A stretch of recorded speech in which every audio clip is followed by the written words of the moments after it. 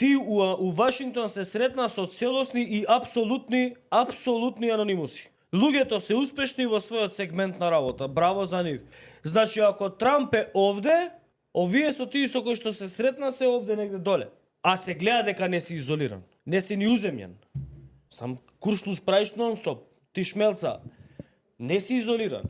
Кои се тие високи нивоа со кои што ти си се сретнал? Председател на Републиканска партија. Сакаш да кажеш дека тој председател на Републиканска партија е врховниот политички одлучувач, policy maker у Америка. Не е така. Тој не прави политики, тој се вика технички секретар.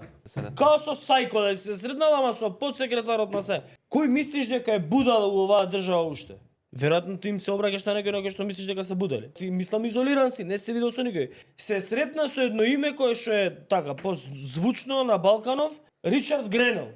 За кој што вчера излезе сторија во неколку светски медиуми дека одземен му е безбедносниот сертификат заради тоа што е осомничен дека шурувал со руски пари на Балканов.